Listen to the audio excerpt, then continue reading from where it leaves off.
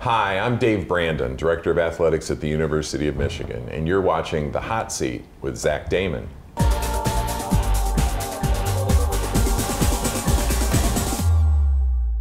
Hi, I'm Zach Damon, and welcome to The Hot Seat. I'm here at the newly renovated Chrysler Center, where I'm going to be interviewing Michigan Athletic Director Dave Brandon.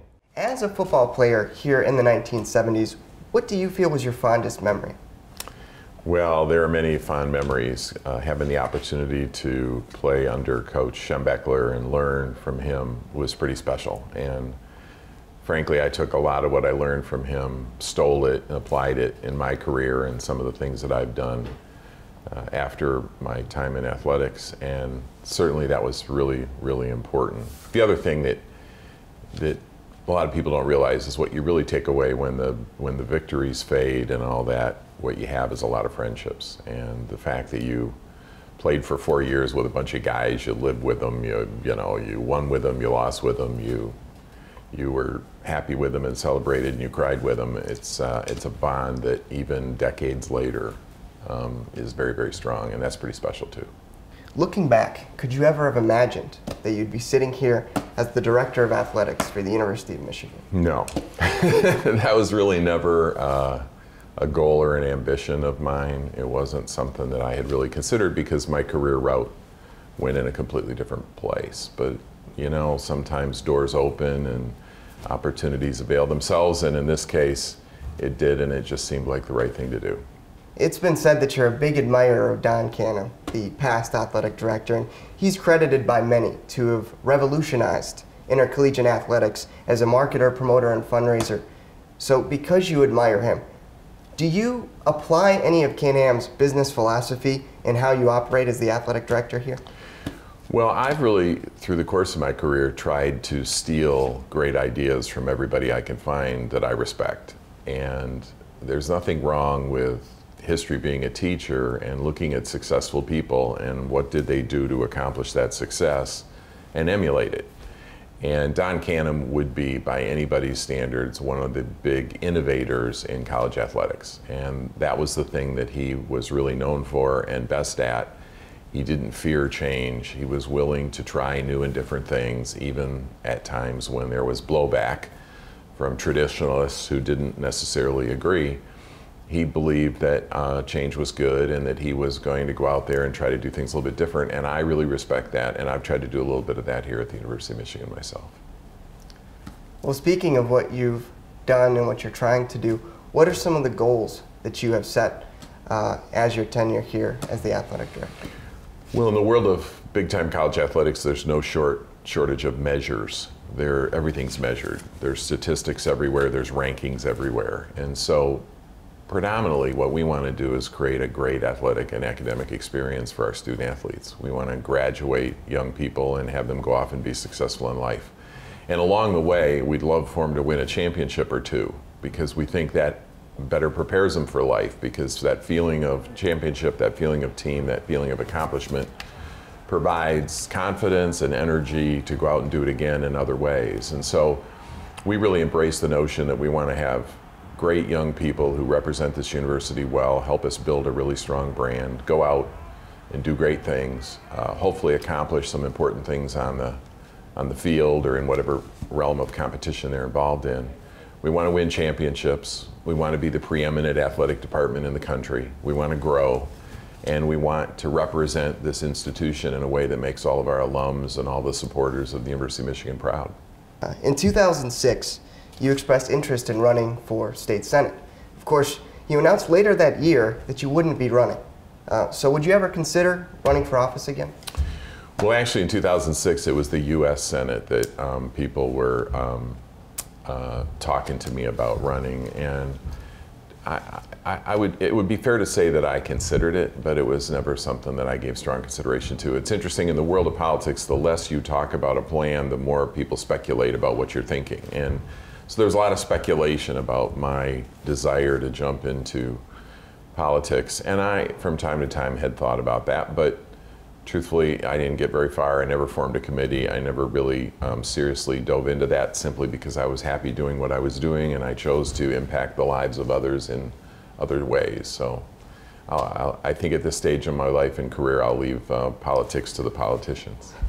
I heard a rumor about you, and I wasn't sure if this was true or not, but you worked for Domino's Pizza prior to being in this position here at Michigan. And did you really burn a cease and desist letter from Subway restaurants in a pizza oven? Is that true? Yes. Boy, was Subway mad when our oven-baked sandwiches beat their toasted subs 2-1. Subway's lawyers even sent this letter demanding we stop our ads. Sorry, Subway, we can't stop our ads just because you sent us a letter. Besides, what letter? It was kind of tongue-in-cheek. It was a little fun. We did a commercial. We had made a advertising claim against Subway that was very legitimate and it was very well done. It was true, and the truth is a great defense. And in an effort to stop us from moving forward with telling the truth, we had a competitor who sent us this really threatening letter. So we were actually promoting oven-baked sandwiches and how great things were when they were baked in an oven. So we thought it would be fun to bake their letter in the oven, so I did. How did it turn out? It burned up pretty quickly, and that didn't bother me a whole lot. Yeah. When you have a day off, I mean, because I would imagine that being an athletic director, you're very, very busy. So when you have a day off from your athletic directing duties, what do you like to do? Well, the easy answer always was to play golf, because I love to play golf. I'm kind of a golf junkie, and I really enjoy that. When I get out on the golf course, I can kind of get away from it all. I'm not one of those guys that has the phone in one ear while I'm playing golf, so it's my getaway, and I really enjoy that. Although, in the last couple of years, my wife Jan and I have been blessed with grandchildren. So I'm finding that one of the other things I really like to do if I have a little downtime is just figure out a way to spend some time with our grandkids, because that's really fun. Was there ever a pivotal moment or event in your life that really made you sort of reevaluate what you were doing and where you were going with your life? Well, I've had a lot of pivotal moments, as I'm sure other people have, but you know, probably the thing that changed my life the most was in a really early stage of my life, I got involved in this punt, pass, and kick football contest. It's a competition that it still goes on today.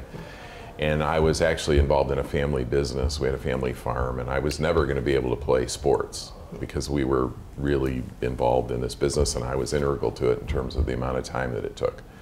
And my dad gave me a day off to go compete in this punt, pass, and kick competition because I thought I was pretty good. And I did really well and ended up in the national competition and got to a point where the high school football coach was calling and saying, "Aren't you going to come out for football?" And the answer was no, I can't, because we're really committed to this family business. And shortly thereafter, my dad made the decision to sell the business and give me a chance to play high school football, which led to a whole different world for me in terms of earning a scholarship at the University of Michigan and having the opportunities that I have had as a result of that. So many doors have opened for me. I've been very fortunate. I'm a very lucky guy, and that was one of the first major changes that kind of put me in a completely different trajectory, and I have my dad to thank for that. From any books that you've ever read, is there any book that stands out to you that you would sort of want to go back and read again? There was a book I read years ago called When Bad Things Happen to Good People.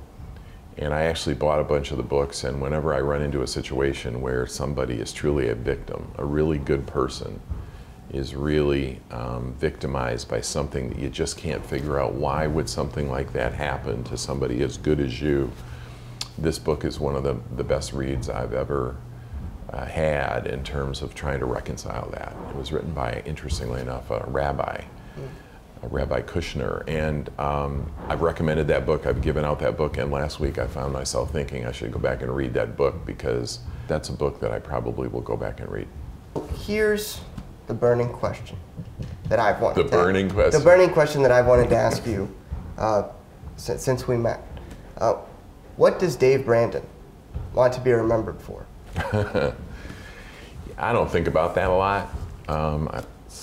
In my mind, people who get preoccupied with legacies and what they're remembered for sometimes lose track of what's really most important today. I suppose if what life is all about is having a positive impact on as many people as possible, if you can positively impact the lives of as many people as possible, then you've probably done well during your time on this earth. So I guess at the end of the day, if there are a whole bunch of people who say, you know what, my life's a little better, my life's different in a better way, I've had a more positive life because I had a chance to somehow interact or connect with Dave Brandon, then that's about as good as it gets. Well, where do you get that philosophy?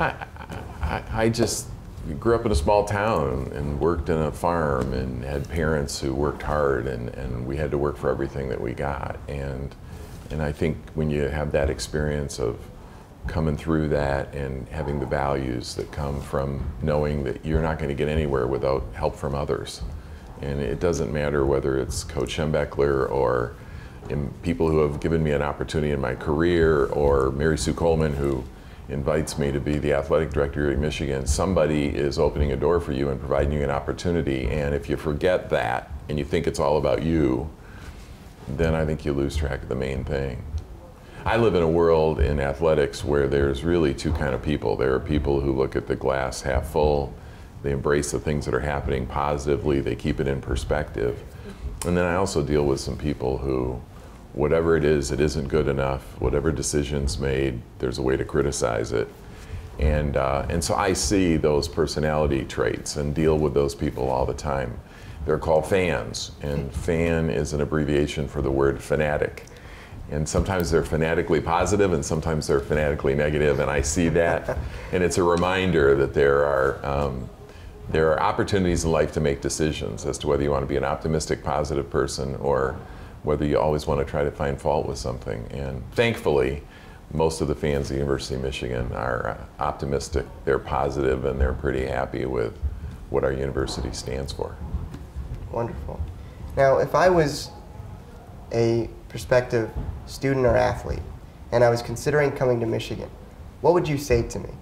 How would you, describe Michigan, and what would you say are the pros of coming to a university like Michigan?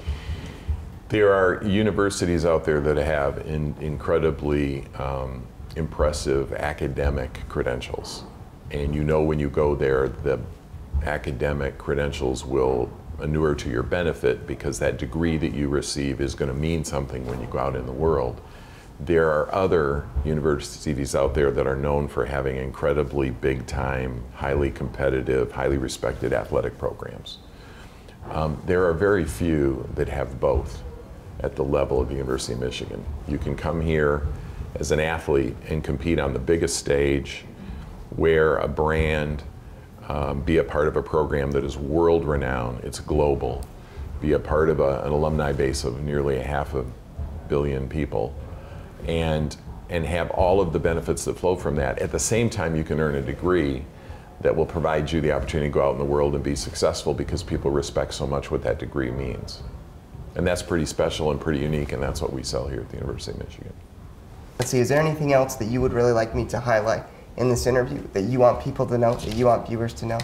For 22 years prior to coming into this role, I ran companies, 2 Michigan-based companies I'm really proud of. And one, the product was, they were promotional products, coupons. It was a printer publisher of coupons. The other was pizza.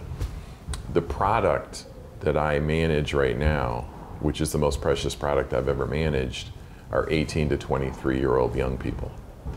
And they come here and they're trying to figure out what life is about, and they're trying to grow up like everybody does when they're 18 to 23. And sometimes people lose track of that.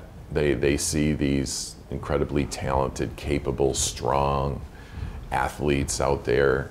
They see them on TV, they become a little bigger than life, and sometimes the expectations go way beyond where they should go because they're young people and they're going to make mistakes, they're going to forget, they're going to sometimes crack under the pressure because that's what we all did when we were 18 to 23 years old. And they've got other things going on in their life. You may see them on television out there competing at the highest level, but I see them when they're having problems at home or when their parents are having problems or there's illness in their family or they're struggling at school. And those things all make a difference as well. And so what I try to remind people is that with all of the hype and all the pressure and all the stress associated with are we going to win every game and should we be gnashing our teeth because we lost against an opponent we wanted to win, take a step back, take a deep breath, and recognize that every one of the 900 student athletes at the University of Michigan try every game to win. and they try to do their best, and they want to win, and they want to represent the university well. And I just think that's an important perspective for people to have. Wonderful. Well, thank you very much. And I'm so glad that you allowed me this opportunity to sit down with you. Well, thanks for inviting me, Zach. I really appreciate it. Thank you. I'm Zach Damon. Thank you so much for watching. Tune in next time to see who is on the hot seat. And I accept, yes, to lead the champions of the West. Then you're going in the shower. The greatest college fight song ever written. The victors. 1, 2, 3.